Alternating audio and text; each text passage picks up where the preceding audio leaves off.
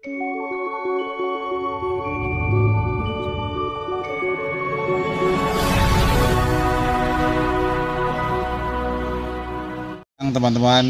dari Seniman Lawas Channel, pada siang ini saya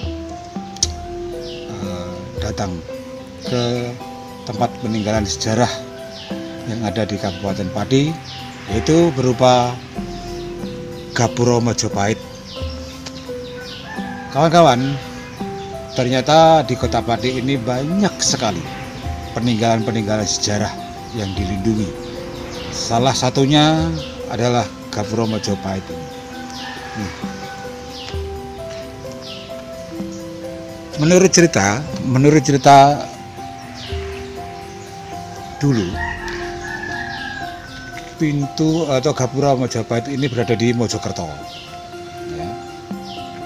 Rencananya mau dibawa ke Kasunanan Muria. Itu atas permintaan dari Sunan Muria kepada anaknya. Karena dengan syarat inilah Sunan Muria mau mengakui bahwa itu anaknya. Siapakah anaknya? Mari kita lihat.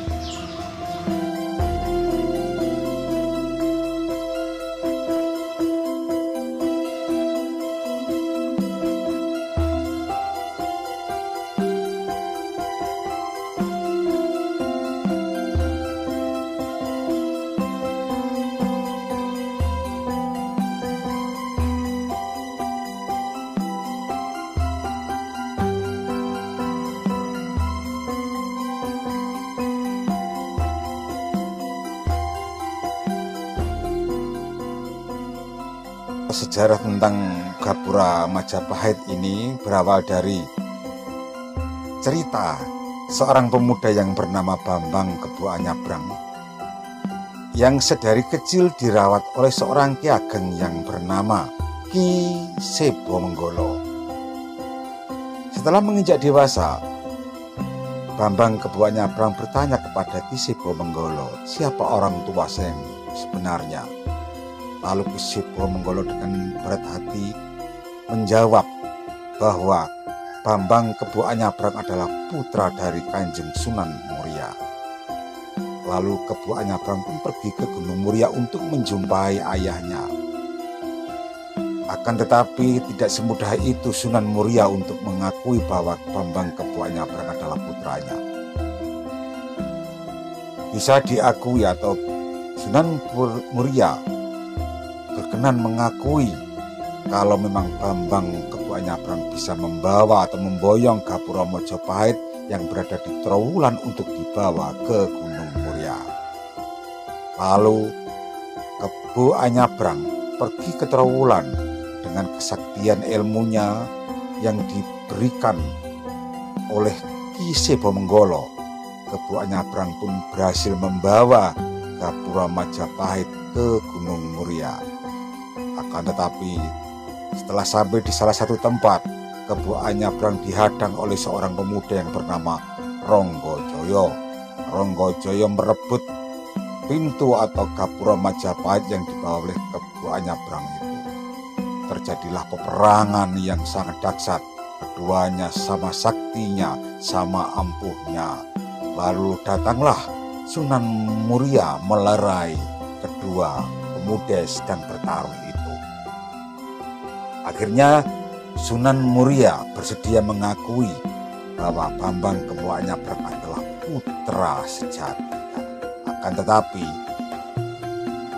Bambang Kebuaan Nyabrang tidak diperkenankan untuk tinggal di Kasunanan Muria. Bambang Kebuaan Nyabrang hanya diizinkan untuk tinggal di tempat itu dan menunggu pintu Gapura Majapahit yang berada di tempat itu. Akhirnya tempat itu diberi nama oleh Kanjeng Sunan Muria dengan nama Desa Rondole.